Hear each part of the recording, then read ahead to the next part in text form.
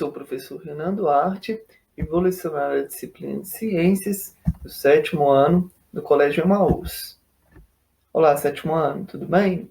Bom, vamos então para a 11ª videoaula e, como prometido, vamos fazer a correção das questões que ficaram faltando, tá? Questão 1, 2, 3, 6 e 7, lá da página 74, 75, beleza? Turma, 7º ano, estamos na página 74, então, tudo bem?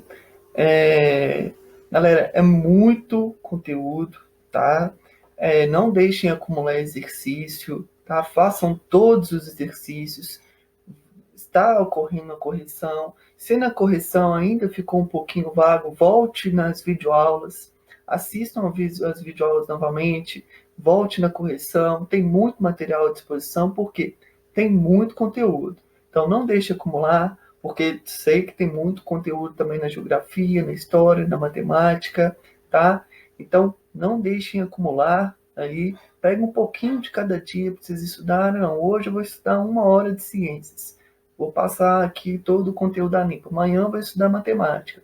Então não deixem acumular o conteúdo, beleza? Porque é muita coisa. Tem mais exercícios para vir aí, vai ter uma aula de revisão. Então não deixem acumular. Se deixar acumular, você vai ficar doido, deixar seus pais doidos aí também. Então, pega de pouquinho em pouquinho, atualize seus cadernos, suas questões, beleza? Para não ficar dúvida e passar batido algum conteúdo, tá bom? Então, primeira questão aí. Te dá 4 exemplos aí. Tá? Os 4 exemplos a seguir podem ser considerados ecossistemas, mas não biomas. Explico por quê. Pessoal, como eu disse já em algumas aulas, ecossistemas, biomas e biosfera são conceitos que nós vamos estudar, né, que nós estamos estudando, e que pode parecer, em certo momento, que nós estamos falando a mesma coisa. E sim, nós estamos falando a mesma coisa, só que com caracterizações diferentes. Calma, lembrando, quando eu estou falando de biosfera, eu estou falando em todas as partes, a parte do planeta Terra que há condições de vida, que onde pode existir vida, tá? Onde pode existir vida? No mar? Então eu vou chamar de hidrosfera, tá? E pode existir vida nos continentes? Então eu vou chamar de litosfera. Viu que vai se dividindo?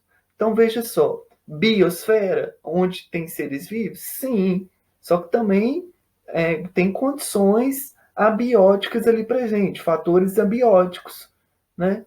Clima, temperatura, tá? Que vão definir os seres vivos, tá bom? Mas só que o conceito de biosfera, a gente não entra muito ainda, a gente não exemplifica os fatores bióticos e abióticos, tá? Mas é só para vocês entenderem que, no fundo, nós estamos falando da mesma coisa, que são os animais, seres vivos de modo geral, e os fatores abióticos ali. Vamos com calma, olha só. Biosfera, tá? E onde que vai existir vida? No mar? Nos oceanos? Então, eu estou falando da hidrosfera. Só que dentro do oceano, na hidrosfera, eu vou ter camadas mais superiores, onde o sol vai bater, tá? Lá no oceano, lá na hidrosfera, o sol bate na camada mais acima, tá? Só que o oceano ele é extremamente profundo, tá? Tem partes do oceano que podem atingir 3, 4, 5 quilômetros adentro, tá? Então, lá na hidrosfera, na parte mais inferior, vai bater sol? Tem o fator abiótico lá, luz. A presença de luz? Não.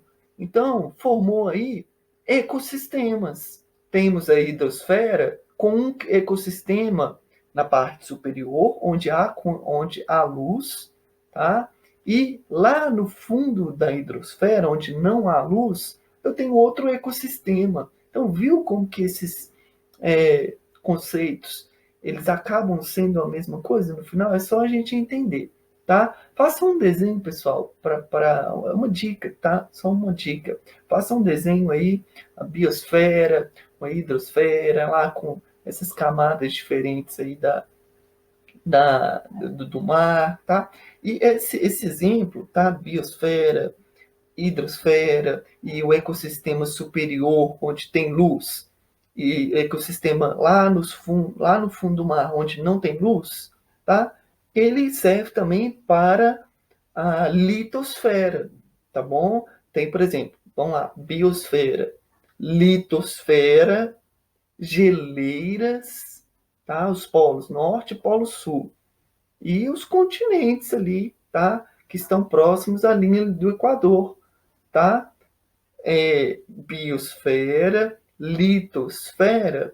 Litosfera pode ter alguns continentes que é puro gelo e outros que vão ter aí a disponibilidade de sol ao longo do ano inteiro, tá? Então ali os fatores abióticos definindo aí os fatores bióticos, tá? Então olha só, quando a gente compara ecossistema e bioma, o bioma ele vai ser sempre caracterizado, na maior parte do tempo, pelas mesmas condições abióticas. Por exemplo, no cerrado, o bioma cerrado, não vai possuir geleira nunca, tá? Tem uma tendência de temperatura ali, varia, mas ele vai ter sempre aqueles mesmos fatores abióticos se repetindo. Então, o bioma, eles são relativamente estáveis, tá? O que quer dizer estáveis? Os fatores abióticos, eles se repetem ao longo do ano, tá? Vai ter sempre as mesmas condições. Um outro exemplo, um deserto. No deserto, você não vai ter aí um clima de 9 graus durante o dia. Isso daí é uma característica de um bioma do Ártico, tá? Um bioma tundra, uma taiga, tá? Um bioma que tem um clima mais ameno. Não, deserto não, a temperatura é altíssima, tá? E quando a gente está falando de ecossistema, nós podemos se resumir em um ecossistema marinho, ou seja, um ecossistema que está um pouquinho mais acima, assim, lá da hidrosfera, recebe muita disponibilidade de luz. Só que, por exemplo, eu posso falar que ecossistema pode ser, tá? O porão aí, se sua casa tiver porão, tá? O porão da sua casa, ou ainda menor, tá? Aquele cantinho, assim, do seu jardim, tá? Onde debaixo de uma árvore tem um vasinho, vários vasos de plantas. Aquilo ali, dentro do seu jardim, né? Debaixo daquela árvore, formou um ecossistema. Por quê? Porque debaixo da árvore tem uma sombra, tá? Tem vasinhos ali. Então tem alguns insetos que vão sobreviver só ali, debaixo daquela sombra daquela árvore. Se não tivesse aquela árvore, provavelmente ia formar outro ecossistema, porque é, debaixo daquela árvore, no seu jardim, ali dentro da sua casa, formou um ambiente, né, propício para alguns insetos sobreviverem, para algumas minhocas ali sobreviver, tá? Alguns animais, por exemplo, se tem árvore, se você colocar um potinho de água ali, pode vir algumas espécies de aves, se beber água, né, se hidratar, tá? Então, olha só, o ecossistema pode ser em âmbito micro, como por exemplo, meu jardim não é um ecossistema da minha casa, como um ambiente macro também, quando eu estou falando de um ecossistema marinho, tá? Um ecossistema também terrestre, tá? Como algumas regiões de altitude, como por exemplo, ali, ó, esse daqui, vou pegar essa ilustração da questão 4, lá na Chapada Diamantina. Isso aqui eu estou me representando, está sendo representado um bioma, tá? Independente do bioma. Nesta região inferior, mais baixa, altitude mais baixa, vai possuir um tipo de ecossistema diferente do ecossistema dessa altitude, tá? São altitudes diferentes. Então aqui provavelmente tem mais vento, há um fator abiótico aí. O vento que vai ter também uma temperatura menor, porque quanto mais alto, menor a temperatura. Então os seres vivos que vão existir aqui são os mesmos que vão existir aqui? Não, principalmente das plantas. As plantas que vão sobreviver aqui em cima são diferentes das de baixo, principalmente pela questão de vento, tá? Então, era só para vocês entenderem esses conceitos. Ecossistemas, biomas, biosfera, tá? Eles se repetem, tá? Só que cada um com sua peculiaridade. Então, olha só, não é bioma mesmo, não. Tá? Como, por exemplo, a lagoa. Em época de chuva, a lagoa vai aumentar o volume de água. Então, vai ficar aí um ambiente muito mais pantanoso, tá? Pastagem. Pastagem pode ser alterado também. Aí não está falando se é uma pastagem natural ou uma pastagem antrópica. Tá? O que é uma pastagem antrópica? O agricultor, o pecuarista, foi lá, desmatou a área para plantio de grama para o gado. Tá? Rio. O rio tem hora que o rio não tem árvores que próximo, né? No, na zona na margem do rio, né, pode possuir algumas árvores. Em outro momento do rio, não possui árvore nenhuma. Por que eu falo sempre de árvore? A árvore dá sombra. E a sombra, presença ou ausência de luz, formam ecossistemas. Porque tem seres vivos que só sobrevivem onde tem luz, muita luz. E tem seres vivos que só sobrevivem onde tem pouca luz, tá? E o pântano, como o próprio nome já diz, também vai variar de acordo com a disponibilidade de água, de acordo com a disponibilidade de chuva. Muita chuva, né, aumenta a área alagada. Pouca chuva diminui, tá? Alterando aí essa vegetação. Então, olha só a resposta completa. Questão 1. Os biomas são relativamente estáveis, olha aí, tá? Salvo algum desastre ambiental, terremoto, vulcão, secas prolongadas que podem alterar, mas mesmo alterando vai ter sempre aquela tendência. Eles tendem a permanecer estáveis, com seus componentes em quantidade e diversidade constante, diferente do que ocorre com os ambientes citados. Uma lagoa, uma pastagem, um rio, um pântano poderiam constituir ecossistemas, pois são formados por seres vivos, obviamente, o bioma também é. Tá? Viu como eles se parecem? Formado por seres vivos, comunidades e fatores abióticos presentes em determinado espaço físico. Beleza? Então, se ficou dúvida aí ainda, pode voltar lá nas últimas videoaulas, assistam novamente, leiam, pessoal. Fui falando novamente na leitura, porque o livro é extremamente bom, muito texto legal, muitos exemplos interessantes. Eu não tenho nem condições de passar todos os exemplos, porque são vários exemplos, tá? Então leiam, tá? O livro está aí com vocês. Antes de deitar, ao invés de ficar mexendo no celular, peguem o livro de ciências para fazer a leitura. Questão 2. Observe novamente o mapa dos biomas com a divisão política. Da página, lá, qual deles se situa a cidade onde você mora? Tá? Então, Belo Horizonte, região sudoeste, tá? Temos uma transição de Cerrado e Mata Atlântica, beleza? Então, nós estamos meio que no Cerrado e meio da Mata Atlântica, os dois biomas mais próximos da nossa região, tá? Tanto que, olha só, Parque Nacional da Serra do Cipó. Serra do Cipó, você já ouviu falar de Serra do Cipó, não é mesmo? Lá se chama Parque Nacional, um parque nacional, uma unidade de conservação. Parque Nacional da Serra do Cipó. Lá na Serra do Cipó tem resquício de cerrado, maior parte é cerrado, tá? Onde lá tem as cachoeiras, e tem uma região também de Mata Atlântica. Tá? Então, Parque Nacional do Rio Doce, a região leste aqui de Minas Gerais. Tem muita Mata Atlântica. À medida que a gente se aproxima do leste, Caratinga, algumas cidades ao leste, não sei se vocês já ouviram falar, nós vamos aproximando da Mata Atlântica. À medida que nós vamos aproximando a oeste de Minas Gerais, Brasília, ali mais na região norte também, né? Triângulo Mineiro, vejam aí no mapa aí, pega um pouquinho da aula de geografia também, tá? Se eu vou para o oeste, Triângulo Mineiro, Goiás, Distrito Federal, né? eu vou para o Cerrado. À medida que eu vou para o leste, Rio de Janeiro, né, Espírito Santo, me aproximo da Mata Atlântica. Então, nós estamos no meio, beleza? Questão 3. Cite as 3 atividades que mostram a interação do ser humano com o ambiente e o que justifiquem a frase. Podemos dizer que o ser humano tem suas raízes em um bioma? Sim, porque tudo que a gente precisa está no meio ambiente, tudo que a gente está utilizando são recursos naturais, tá? Essa mesa, eu estou vendo aqui essa mesa que você está utilizando nem para estudar agora.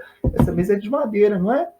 Ah, não é de madeira, não. É o que? É de aço? Pois é, o aço também é um recurso natural, independente do tipo de material, tá? A porta, tudo que a gente utiliza é extraído da natureza. Olha só,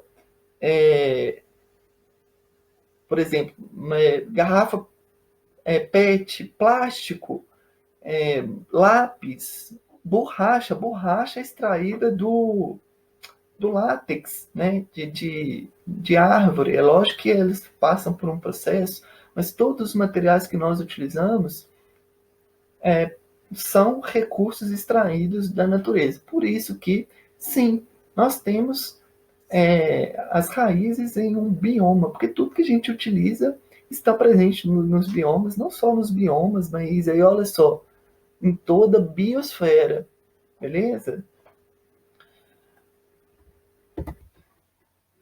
Questão 6 aí. Porque os ambientes aquáticos foram apresentados no capítulo como ecossistema e também como bioma. Então, olha só, primeira coisa, pessoal, se tratando de ambiente aquático, onde tem água, tá? Vamos entender onde que tem água. No continente tem água? Sim. Rio, lago, lagoa. E na hidrosfera? Temos mares e oceanos. Quando a gente está se tratando de mar e oceano, é muito extenso, pessoal. É muita coisa, tá?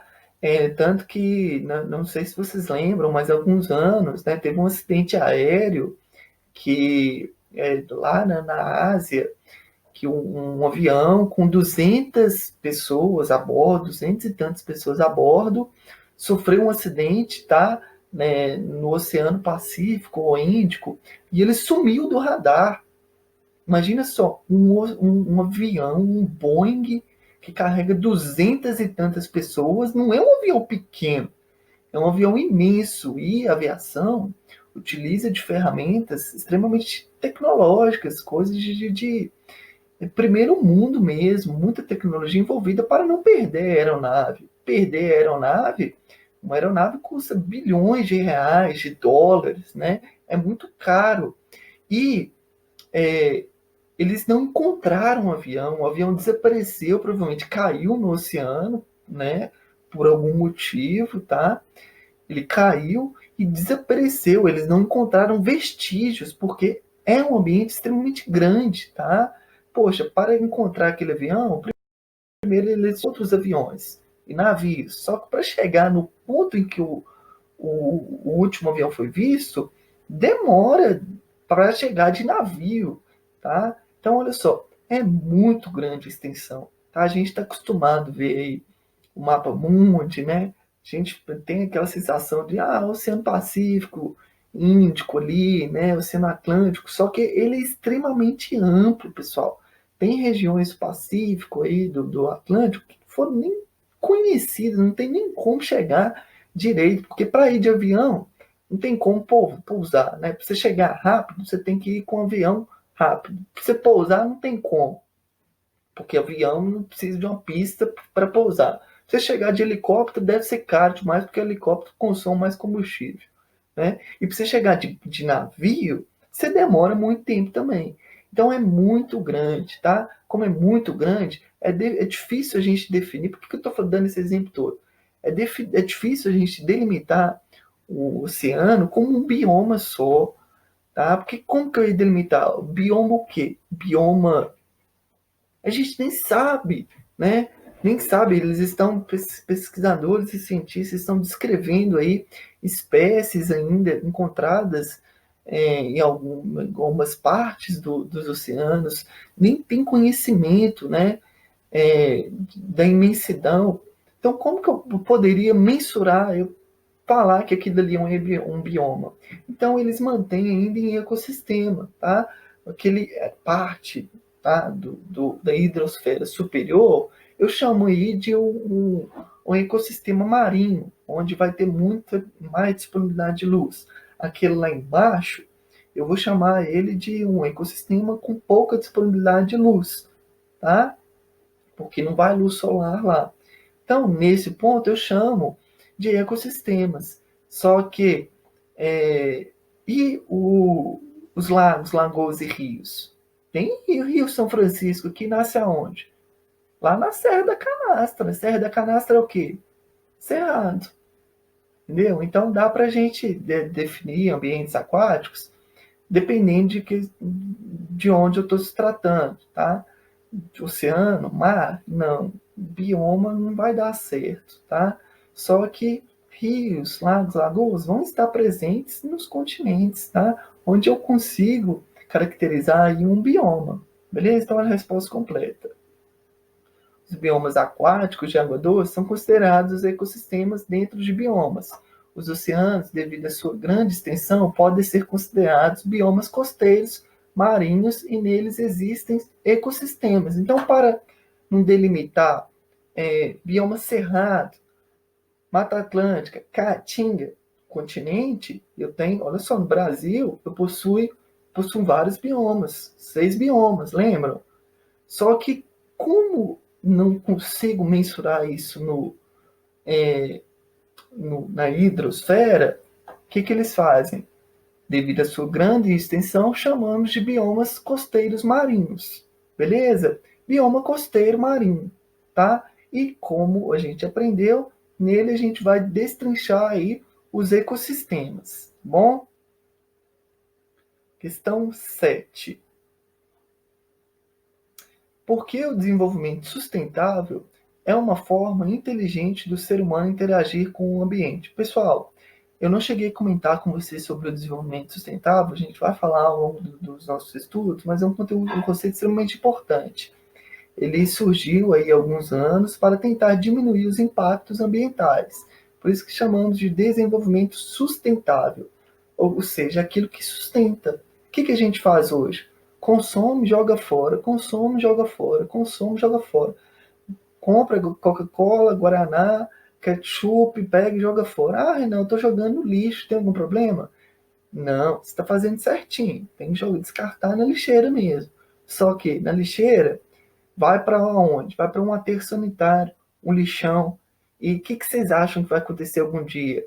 Vocês acham que vai ter espaço para descartar todos esses vidros de ketchup, maionese, margarina, manteiga?